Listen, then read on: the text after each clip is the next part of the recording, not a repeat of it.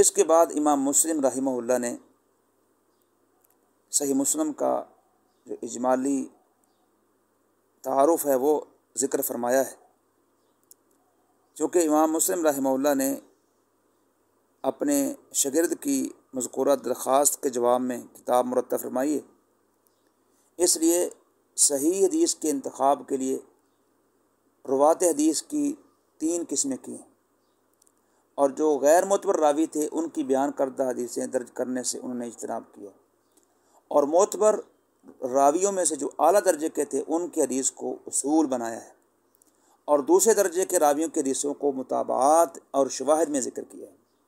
البتہ اگر کسی جگہ کوئی باب درجہ اول کے راویوں کی روایتوں سے خالی ہوا تو پھر دوسرے درجے کے راویوں کی روایتوں کو اصول میں لے آئے ہیں، جس کی تفصیل وہ آگے آئے گی۔ اور اس طرح انہوں نے کوشش کی ہے کہ کتاب کے اندر تکرار نہ ہو، کیونکہ تکرار جو ہے قاری کے لیے مشوش ہوتا ہے، تشویش دیتا ہے، اس لیے وہ فرماتے ہیں ثم ان شاء اللہ مبتدئون فی تخریج ما سألت، پھر ہم اللہ کی مشیت سے اگر اللہ نے چاہا تو آپ کی مطلوبہ حدیث کی تخریج و تالیف شروع کرتے ہیں۔ تخریج کہتے ہیں کہ حدیث کو نکالنا، حدیث کو چھانٹنا، انتخاب کرنا۔ علی شریطۃ، ایسی شرط پر، ایک شرط کا التزام کرتے ہوئے۔ شریطہ یہ شرط کے معنی میں ہے، شریطہ، شرط اور شریطہ ایک ہی معنی میں ہے۔ شرط کی جمع شرائط آتی ہے اور شریطہ کی جمع شروط آتی ہے۔ کہتے ہیں اللہ شریط ہے ایسی شرط پر سوف اذکرھا لک، جس کا تذکرہ میں عنقریب کروں گا۔ وہوا، اور وہ شرط یہ ہے ان نعمد الی جملۃ ما اسند من اخبار عن رسول اللہ صلی اللہ علیہ وسلم، کہ ہم رسول اللہ صلی اللہ علیہ وسلم سے مروی روایات کے معتدبی حصے کا جائزہ لیں گے، یعنی جو اکثر جو روایتیں ہیں پیش کی گئی ہیں ان کا جائزہ لیں گے۔ فنقسمها علی 3 اقسام، اور ان روایات کو 3 قسموں میں اور ان کے راویوں کو 3 طبقوں میں تقسیم کریں گے۔ و3 طبقات من الناس علی غیر تکرار، اور بغیر تکرار کے۔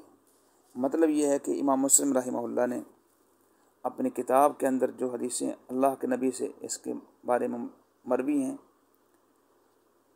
اس کو 3 قسموں میں اور ان کے راویوں کو 3 طبقات میں تقسیم فرمایا ہے، جس کی تفصیل وہ آگے جا کے وہ فرما رہے ہیں۔ امام صاحب فرماتے ہیں تکرار کے بغیر ہم یہاں حدیث کو نقل کریں گے۔ اگر تکرار آیا بھی ہے تو وہ مجبوری کے طور پہ آیا ہے، جیسا کہ فرماتے ہیں الا ان یاتی موضع، ہاں الا یہ کہ کوئی ایسی جگہ آ جائے کہ لا یستغنا فیہ عن ترداد حدیث، کہ جہاں کسی ایسے حدیث کی تکرار جو ہے وہ ناگزیر ہو، فیہ زیادۃ معنی، کہ جس میں کوئی زائد معنی پایا جائے، او اسناد یقع الی جنب اسناد، یا کوئی ایسی سند آ جائے جو دوسری سند کے پہلو میں واقع ہو، لعلۃ تکون ہنالک، کسی خاص علت اور وجہ سے جو وہاں موجود ہو، پائی جاتی ہو، تو تکرار کیا ہے وہاں آ سکتا ہے، گوارا کیا جائے۔ لأن المعنى زائد فی الحدیث، کیونکہ حدیث میں جو زائد مضمون ہے، زائد معنی ہے، المحتاج الیہ، جس کی محتاجی ہے، یقوم مقام حدیث تام، وہ مستقل حدیث کا حکم رکھتا ہے۔ فلا بد من اعادۃ الحدیث، لہٰذا اس حدیث کو دوبارہ لانا ضروری ہوتا ہے۔ الذی فیہ ما وصفنا من الزیادہ، کہ جس میں وہ زائد مضمون یا مفہوم ہوتا ہے جس کا ہم نے تذکرہ کیا ہے، تو یہ ضروری ہوتا ہے اختصار کے ساتھ۔ او ان نفسر ذلک المعنی من جملۃ الحدیث، یا یہ ضروری ہوتا ہے کہ اختصار کے لیے ہم اس زائد مضمون کو لمبی حدیث سے جدا کر دیں، اور نفسر ذلک المعنی من جملۃ الحدیث الاختصاری اذا امکن، یعنی اگر وہ ایسا کرنا ممکن ہو، ولیکن تفصیلہ ربما اسرا من جملاتی ہی، مگر کبھی لمبی حدیث سے اس مضمون کا الگ کرنا یہ دشوار ہوتا ہے۔ فَإِعَادَتُهُ بِحَیَّتِهِ إِذَا ذَاكَ ذَلِكَ أَسْلَمُ، ایسی صورت میں پوری جو حدیث ہے بعینی اس کو مقرر لانا زیادہ مناسب ہوتا ہے۔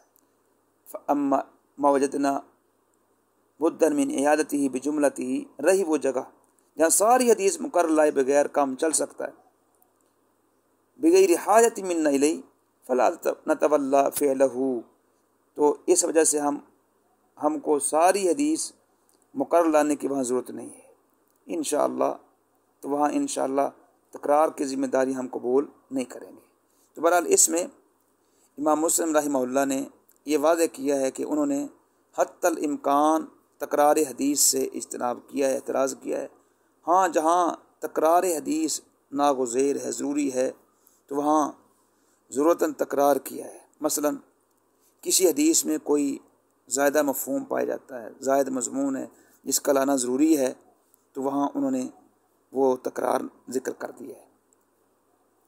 اور پھر اگر اسی زائد مضمون کو لانا ممکن ہے تو پورا متن مقرر نہیں لائے وہ، البتہ جہاں ایسا کرنا ممکن ہے وہاں مجبوراً سارا متن بھی انہوں نے نقل فرما دیا ہے۔ اسی طرح کسی سند کے بعد موقع محل کے تقاضے سے دوسری سند لانی پڑتی ہے۔ مثلا ایک سند میں آنا ہے اور مگر رجال درجہ اول کے ہیں، اور دوسری حدیث میں تحدیث کی سماع کی صراحت ہے مگر راوی جو ہیں اس سے کم تر ہیں، اس لیے پہلی سند ذکر کی جاتی ہے اور اس کے بعد دوسری سند لائی جاتی ہے، جس کی وجہ سے سند میں تکرار آ جاتا ہے، جیسا کہ آپ صحیح مسلم کا مطالعہ کرتے ہوئے اس بات کو بھی ملاحظہ فرمائیں گے۔ اس کے بعد امام مسلم رحمہ اللہ نے جو اپنی کتاب کے اندر شرائط ذکر کی ہیں ان کا تفصیلی طور پہ ذکر فرمایا ہے۔ اس بحث کو پڑھنے سے پہلے یاد رکھیں کہ حدیث رسول کے راویوں کی بنیادی دو قسمیں ہیں، یا تو وہ راوی کے ثقہ ہوتے ہیں یا ضعیف ہوتے ہیں۔ ثقہ کا معنی کیا ہوتا ہے؟ معتبر، قابل اعتماد، وہ راوی ہیں جو اسباب تان سے بالکل مبرہ ہوتے ہیں۔ تان کا معنی کیا ہوتا ہے؟ کسی راوی کے اندر کوئی خرابی پائی جائے جو قبول حدیث کے لیے رکاوٹ بنتی ہے۔ اور ضبط و عدالت کے ساتھ وہ راوی کے متصف ہوتے ہیں۔ ضبط کا معنی حفظ کرنا، یاد کرنا۔ پھر ضبط کی دو قسمیں ہیں، ضبط صدر بھی ہوتا ہے، ضبط کتاب بھی ہوتا ہے۔ تو مطلب یہ ہے کہ راوی وہ اسباب تان سے بھی محفوظ ہوں اور عدالت کے اعتبار سے، ضبط کے اعتبار سے بھی اعلیٰ ہوں۔ اور ضعیف کا معنی کیا ہوتا ہے؟ کمزور، وہ راوی جو اسباب تان کے ساتھ مطعون ہوں، مجروح ہوں، جن پہ جرح کی گئی۔ اور اسباب تان یاد رکھیں 10 ہیں۔ 5 کا تعلق عدالت کے ساتھ، راوی کی ثقافت کے ساتھ، اور 5 کا تعلق راوی کے حافظے کے ساتھ ہے، ضبط کے ساتھ۔ عدالت کو جو متاثر کرنے والے اسباب ہیں، مثلا جھوٹ ہے، کذب اور جھوٹ کی تہمت ہے، فسق و فجور ہے، جہالت الراوی ہے، بدعت ہے۔ اور ضبط کو جو مجروح کرنے والے ہیں، متاثر کرنے والے، وہ 5 ہیں۔ فحش الغلط ہے، بہت غلطیاں کرتا ہے، کثرت غفلت کرتا ہے، وہم ہے، ثقات کی مخالفت کرتا ہے، سوء حفظ ہے۔ اور یہ بھی بات یاد رکھیں کہ ثقہ راویوں کی بھی پھر درجہ بندی ہے۔ ثقہ جو راوی ہوتے ہیں ان کی 2 قسمیں ہیں، یا تو درجہ اول کے راوی ہوں گے یا درجہ دوم کے ہوں گے۔ اور درجہ اول کے جو راوی ہیں وہ ہیں جو ضبط اتقان کے اعلیٰ معیار پہ ہوتے ہیں، جن کو خوب حدیث یاد ہوتی ہے اور درستگی کے ساتھ وہ بیان کرتے ہیں، جن کی حدیث میں بہت زیادہ اختلاف نہیں ہوتا ہے۔ اور درجہ دوم کے جو ثقہ راوی ہیں وہ ہیں جو صرف حفظ و اتقان میں درجہ اول کے راویوں سے تو کم ہے، لیکن فن حدیث اور اسی طرح عدالت میں درجہ اول کے راویوں کے ہم پلہ نہیں ہوتے۔ تو اس تفصیل کے بعد آپ یہ سمجھیں کہ امام مسلم رحمہ اللہ صحیح مسلم میں ضعیف راویوں کی کوئی روایت نہیں لائے، صرف ثقہ راویوں کی حدیثوں کو انہوں نے اپنی صحیح کے اندر نقل کیا ہے۔ اس تفصیل کے ساتھ کہ اگر کسی مسئلہ میں درجہ اول اور دوم دونوں قسموں کے راویوں کی روایتیں موجود ہوتی ہیں تو پہلے اصول میں درجہ اول کے راویوں کی وہ روایتیں لاتے ہیں. یعنی اگر درجہ اول کے راویوں کی روایتیں موجود ہیں تو پہلے اصول کے اندر وہ درجہ اول کے راویوں کی حدیثیں ہی لائیں گے. پھر متابعات اور شواہد میں، یعنی متابعات کسے کہتے ہیں؟ کسی فرد نسبی راوی کے ساتھ اسناد حدیث میں موافقت کو مطابقت کہتے ہیں، اور اگر یہ موافقت فرد نسبی کے شیخ میں ہو تو اس کو مطابقت تامہ کہتے ہیں، اور شیخ و شیخ میں ہو تو اس کو مطابقت کاسرہ کہتے ہیں. اور شواہد وہ متن حدیث ہے جو فرد نسبی کے متن کے موافق ہوتا ہے، خواہ لفظاً ہو یا معنی ہو یا دونوں طرح ہو. بہرحال امام صاحب متابعات شواہد میں درجہ دوم کے راویوں کی حدیثوں کو لکھتے ہیں. البتہ اگر کسی مسئلہ میں صرف درجہ دوم کے راویوں کی روایتیں ہوں تو پھر انہی کو اصول میں درج کرتے ہیں. امام مسلم رحمہ اللہ اس لیے آگے وہ جو اقسام انہوں نے بیان کی ہیں وہ لکھتے ہیں: فَأَمَّا الْقِسْمُ الْأَوَّلُ فَإِنَّا نَتَوَخَّى أَن نُقَدِّمَ الْأَخْبَارَ الَّتِي هِيَ أَسْلَمُ مِنَ الْعُيُوبِ مِنْ غَيْرِهَا. رہی پہلی قسم، فَإِنَّا نَتَوَخَّى کا معنی ہوتا ہے کہ ہم ارادہ کرتے ہیں کہ سب سے پہلے ان نقدم الاخبار ان حدیثوں کو مقدم کریں التی اسلم العیوب من غیرہا جو بنسبت اور روایتوں کے عیوب سے علل سے محفوظ اور پاک ہوں، وانقا اور پاک ہوں، من ان یکون ناقلوها اہل استقامت فی الحدیث، یعنی ان کے جو نقل کرنے والے ہیں راویان حدیث ہیں، ناقلین جو حدیث ہیں، ان ناقلین حدیث کو درستی کے ساتھ بیان کرنے والے ہوں، اور جن روایات کو وہ نقل کرتے ہیں ان کو اچھی طرح یاد رکھنے والے ہوں. اعلی استقامت فی الحدیث و اتقان لما نقلوا. لم یوجد فی روایتہم اختلاف شدید، ان کی روایتوں میں بہت زیادہ اختلاف بھی نہ ہو، مخالفت بھی نہ ہو. ولا تخلیط فاحش، اور حد سے درجہ ان کے اندر خلط ملط نہ پایا جاتا ہو. کما قد اسر فیہ علی کثیر من المحدثین، جیسا کہ بہت سے حدیث بیان کرنے والوں میں اس بات کا یہ پتہ چلا ہے. وبان ذلک فی حدیثہم، اور ان کی مرویات میں یہ بات کیا ہے؟ ظاہر ہو گئی ہے. وہ فرماتے ہیں کما قد اسر فیہ علی کثیر من المحدثین وبان ذلک فی حدیثہم، جیسا کہ بہت سے حدیث بیان کرنے والوں میں اس بات کا علم ہوا ہے اور ان کی مرویات میں یہ بات ظاہر ہے. تو مطلب یہ ہے کہ امام مسلم رحمہ اللہ نے اپنی اس کتاب کے اندر راویوں کی جو پہلی قسم بیان کی ہے وہ ان روات کی نقل کی ہے کہ جو اعلیٰ درجے کے ہیں، جو علل سے عیوب سے پاک ہیں. امام نووی رحمہ اللہ نے شرح نووی میں اختلاف شدید اور تخلیط فاحش کی شرح کرتے ہوئے لکھا ہے کہ راوی حدیث کا ضبط اس طرح پہچانا جاتا ہے کہ اس کی روایات عام طور پر ثقہ راویوں کی روایات کے مطابق ہو، شاذ و نادر ہی ان کے خلاف روایت کرتا ہو، اور یہ نادر مخالفت راوی کے ضبط میں خلل انداز نہیں ہوتی بلکہ اس کی روایت سے استدلال کیا جائے گا، کیونکہ معمولی مخالفت سے احتراز اجتناب ممکن نہیں ہوتا ہے. البتہ اگر مخالفت بہت زیادہ ہو تو وہ اس راوی کے ضبط میں خلل انداز ہوگی اور اس کی حدیث سے استدلال نہیں کیا جائے گا. اسی طرح اگر اس کی روایات میں اضطراب ہو، خلط ملط نادر ہو تو مضر نہیں ہے، ہاں بہت زیادہ ہو تو اس کی روایت کو رد کر دی جائے گی. بہرحال امام رحمہ اللہ درجہ دوم کے راویوں کے متعلق آگے فرماتے ہیں: فَإِذَا نَحْنُ تَقَصَّيْنَا أَخْبَارَ هَذَا الصِّنْفِ مِنَ النَّاسِ أَتْبَعْنَاهَا أَخْبَارًا يَقَعُ فِي أَسَانِيدِهَا، کہ جب ہم اس قسم یعنی درجہ اول کے راویوں کی تمام حدیثیں بیان کر چکیں گے تقصینا کا معنی ہے کہ لوگوں میں سے ایک ایک کو بلانا اور لاحق کرنا. تو اتبعناہا اخباراً یقع فی اسانیدہا بعض من لیس بالموصوف بالحفظ والاتقان. اس کے بعد وہ حدیثیں لائیں گے کہ جن کی سندوں میں بعض ایسے راوی واقع ہوں گے آئیں گے جو من لیس بالموصوف بالحفظ والاتقان، جو حفظ و اتقان کے ساتھ اس درجہ متصف نہیں ہوں گے. کصنف المقدم قبلہم، جس درجہ وہ راوی متصف ہے جن کا پہلے کیا ذکر ہو چکا ہے.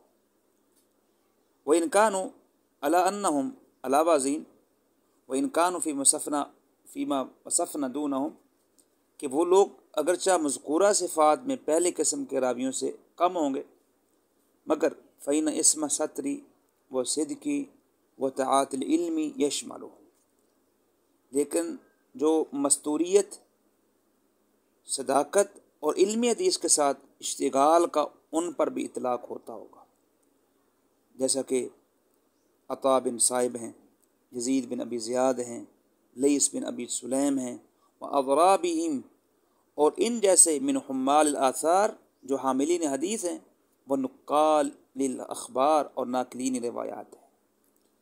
مطلب یہ ہے کہ امام صاحب رحمہ اللہ نے اس پیرے کے اندر یہ بیان کیا ہے کہ درجہ دوم کے راوی بھی عدالت، صداقت، علمی حدیث کے ساتھ مناسبت میں درجہ اول کے راویوں کے ہم پلہ ہوتے ہیں. صرف ان میں حفظ و اتقان کم ہوتا ہے، یعنی حدیث کو یاد رکھنے میں، پھر ان کو درستگی کے ساتھ بیان کرنے میں درجہ اول کے راویوں سے وہ کم درجہ ہوتے ہیں. مثلا مشہور تابعی ہیں عطا بن صائب ثقفی، ہیں ثقہ راوی، صحیح بخاری میں ان کی روایت لی گئی، مگر آخری عمر میں ان کا حافظہ بگڑ گیا تھا، تغیر حفظ کا شکار ہو گئے تھے، اس لیے ان کو درجہ دوم کا راوی شمار کیا جائے گا.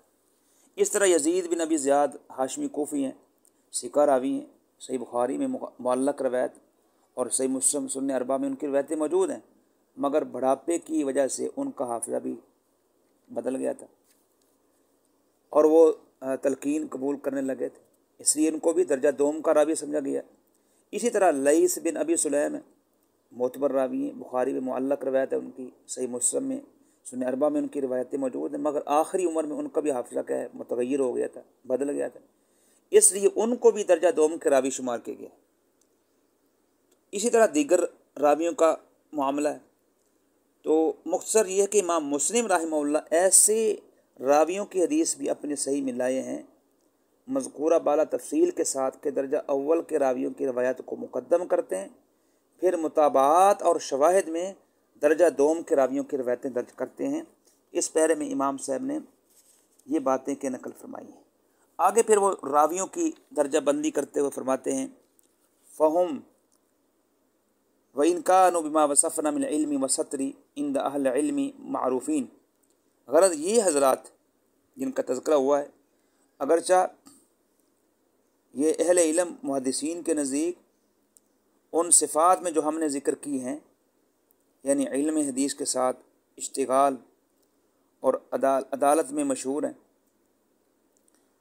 فَغَيْرُهُمْ مِنْ أَقْرَانِهِمْ، مگر ان کے ہم اثر دوسرے روات میں سے ممن عندهم ما ذکرنا من اتقان والاستقامت فی الروایہ، جو حفظ، اتقان اور روایت کی درستگی میں اس مرتبہ پر ہے جو ہم نے پہلے ذکر کیا ہے.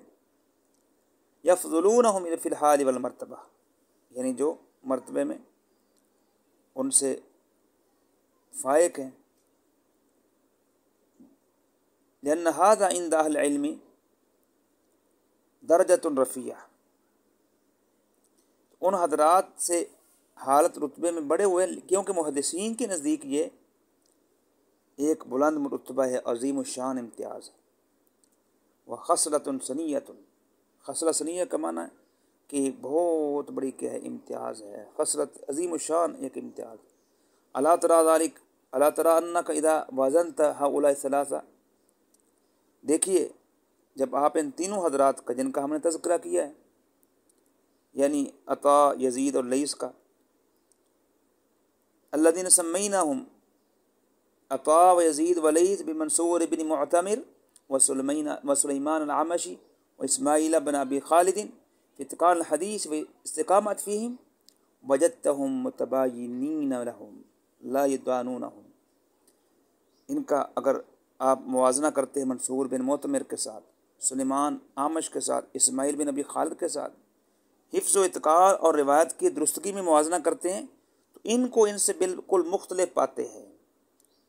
لا یدانونہم، ان کے قریب بھی نہیں پہنچ سکیں گے۔ لا شک عند اہل العلم بالحدیث فی ذلک، محدثین کو اس بارے میں قطعاً کوئی شک نہیں، کوئی شک نہیں اس بارے میں۔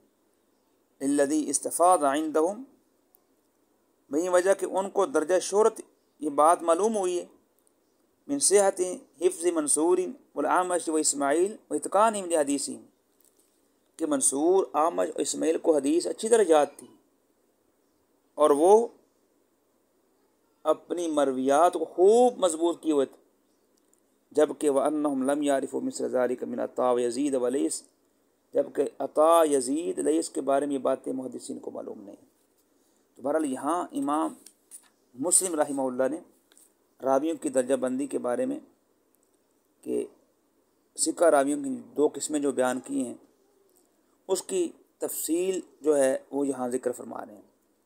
وہ کہتے ہیں کہ حضرت عطا، یزید، لیث کو درجہ دوم کا راوی کہا گیا ہے، کیونکہ یہ حضرات محدثین کے نزدیک ثقہ اور فن حدیث سے تعلق رکھنے والے تھے، مگر حفظ کے اندر، اتقان کے اندر اور روایت کی درستگی میں ان کو وہ مقام حاصل نہیں تھا جو ان کے بعد اسے معاصر محدثین کو تھا۔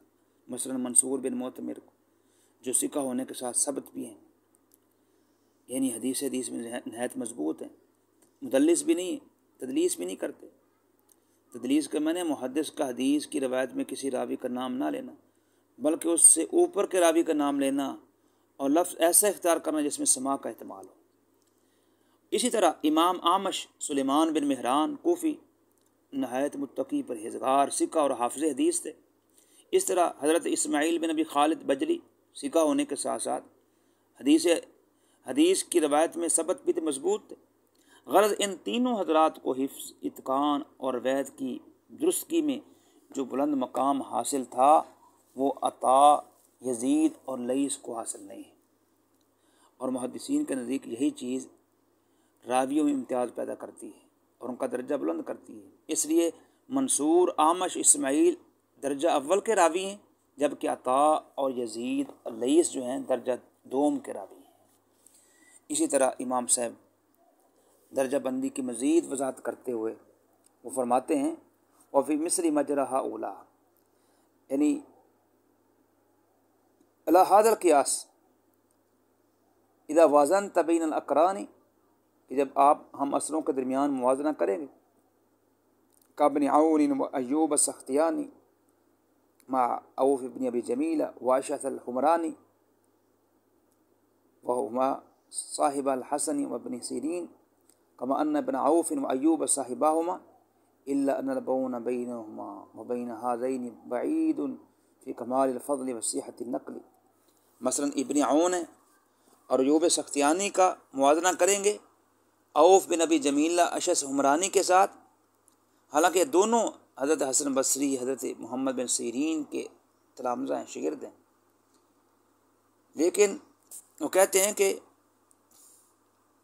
جیسا کہ ابن عون اور ایوب ان کے شاگرد ہیں، الا ان البون بینہما، مگر ان میں اور ان کے کمال فضیلت اور روایت کی صحت میں بڑا فرق ہے۔ فإن كان عوف واشعث غیر مدفوعین عن صدق و امانہ، اگرچہ عوف اور اشعث بھی محدثین کے نزدیک صدق و امانت سے ہٹائے ہوئے نہیں ہیں، عند اہل العلم، ولکن الحال ما وصفنا من منزلت عند اہل العلم، مگر مقام و مرتبہ کی صورتحال محدثین کے نزدیک وہی ہے جو ہم نے بیان فرمائی ہے۔ مطلب یہ ہے کہ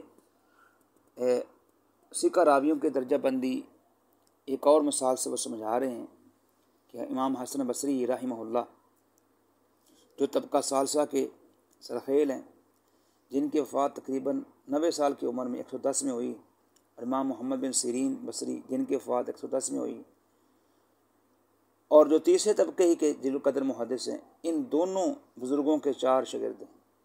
عبداللہ بن عوف بصری ثقہ ثبت ہے، ایوب بن ابی تمیمہ سختیانی بصری ثقہ ہے، ثبت ہیں، حجت ہے۔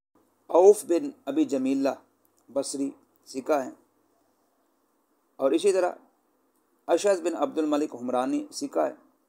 اب ان چاروں کا باہم موازنہ کریں گے تو کمال فضل اور روایت کی صحت میں اولین اور آخرین میں بڑا فرق ہے۔ حضرت عوف اشعث محدثین کے نزدیک ثقہ ہیں، مگر مقام و مرتبہ میں اولین سے کم ہے۔ اسی وجہ سے ابن عون ایوب سختیانی کو درجہ اول کا راوی قرار دیا گیا ہے، جبکہ عوف اور اشعث کو درجہ دوم کا۔ تو یہاں امام صاحب نے راویوں کی جو درجہ بندی ہے اس کی وضاحت فرمائی ہے۔ آگے وہ کچھ نامور یا نامزد مثالوں کی وجہ بھی وہ بیان فرما رہے ہیں۔ کہتے ہیں کہ وَإِنَّمَا مَثَّلْنَا هَؤُلَاءِ فِي التَّسْمِيَةِ، کہ ہم نے ان حضرات کی جو نامزد مثالیں صرف اس لیے بیان کی ہیں لِيَكُونَ تَمْثِيلُهُمْ سِمَةً، تاکہ یہ ان کی جو مثال ہے ایک نشانی بن جائے۔ يَصْدُرُ عَنْ فَهْمِهَا مَنْ غَبِيَ عَلَيْهِ طَرِيقُ أَهْلِ الْعِلْمِ، اور اس سے وہ شخص استفادہ کرے گا جس پر مخفی ہے کہ محدثین روات حدیث کی درجہ بندی کس طرح کرتے ہیں۔ من غبی علیہ طریق اہل علم فی ترتیب اہلہ فیہ فلا یقصر بالرجل العالی القدر عن درجته، پس وہ بلند درجہ والے کو ان کے درجہ سے پست نہ کرے۔ ولا يرفع متضلع القدر فی العلم فوق منزلته، اور علم حدیث میں بے حیثیت راوی کو اس کے مقام سے بلند نہ کرے۔ وَيُؤْتِ كُلَّ ذِي حَقٍّ فِيهِ حَقَّهُ، اور فن حدیث میں جس کا جو حق ہے اس کو حق عطا کرے۔ وَيُنَزِّلُ مَنزِلَتَهُ، اور ہر شخص کو اس کا مقام عطا کرے۔ وَقَدْ ذُكِرَ عَنْ عائشہ رضی اللہ عنہا، سیدہ عائشہ سے یہ مروی انہا قالت، وہ فرماتی ہیں امرنا رسول اللہ صلی اللہ علیہ وسلم ان ننزل الناس منازلهم، کہ ہمیں اللہ کے رسول نے حکم دیا کہ ہم لوگوں کو ان کے مرتبوں میں اتاریں۔ ما نطق به القرآن من قول اللہ تعالی ذکرہ، اور قرآن پاک کی تصریح کے ساتھ یعنی اللہ کا فرمان بھی ہے، فوق کل ذی علم علیم، ہر جاننے والے کے اوپر ایک بڑا جاننے والا ہوتا ہے۔ تو امام صاحب رحمہ اللہ نے یہ واضح کیا ہے کہ ثقہ راویوں کی جو درجہ بندی، یہ سمجھانے کے لیے ہم نے یہاں مثالیں دی ہیں، تاکہ بے خبر آدمی بھی سمجھ لے کہ محدثین روات حدیث کی درجہ بندی کس طرح کرتے ہیں، تاکہ بلند رتبہ راوی کو پست نہ کرے اور کم رتبہ والے کو اوپر نہ اٹھائے۔ جس کا جو مقام ہے وہ اسی کو دے، جیسا کہ سیدہ عائشہ نے اللہ کے نبی علیہ السلام سے فرمایا کہ لوگوں کو ان کے مرتبے کے مطابق اتارو، یعنی لوگوں کے ساتھ حسب رتبہ معاملہ کرے۔ اور اللہ کریم نے بھی فرمایا کہ ہر جاننے والے پر بڑا جاننے والا ہوتا ہے، یعنی درجات کا یہ تفاوت علم و فضل میں ہی ہے۔ اسی وجہ سے محدثین نے حاملین حدیث کے درجات مقرر کیے ہیں، فلانا ثقہ ہے، اوثق ہے، ثبت ہے، تو ہر ایک کے یہ درجات یہ انہوں نے مقرر کیے ہیں۔ اس موضوع پر مستقل کتابیں لکھی ہیں، طبقات کی، آپ پڑھ سکتے ہیں۔